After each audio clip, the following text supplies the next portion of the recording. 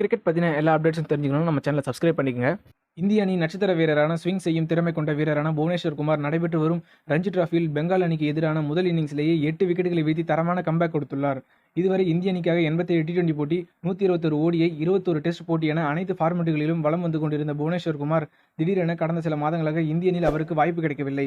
அது மட்டுமா T20 உலகக்கோப்பை, DP வேர்ல்டு, ஏசியா கப் போன்ற முக்கிய தொடர்களிலும் சிறப்பாக செயல்பட்டு வந்தார். ஆனால் இவர் தற்பொழுது இந்திய அணியில் வாய்ப்பு கிடைக்காத காரணத்தால் உள்ளூர் போட்டிகளில் விளையாடி வருகிறார்.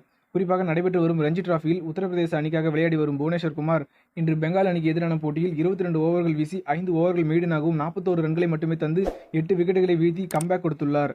புவனேஸ்வர் குமார் இந்திய அணிக்காக T20 போட்டிகளில் 90 விக்கெட்டுகளும், ODI போட்டிகளில் 141 விக்கெட்டுகளும், டெஸ்ட் போட்டிகளில் 63 விக்கெட்டுகளும், IPL 170 விக்கெட்டுகளும் வீழ்த்திருப்பது குறிப்பிடத்தக்கதாக இருக்கிறது.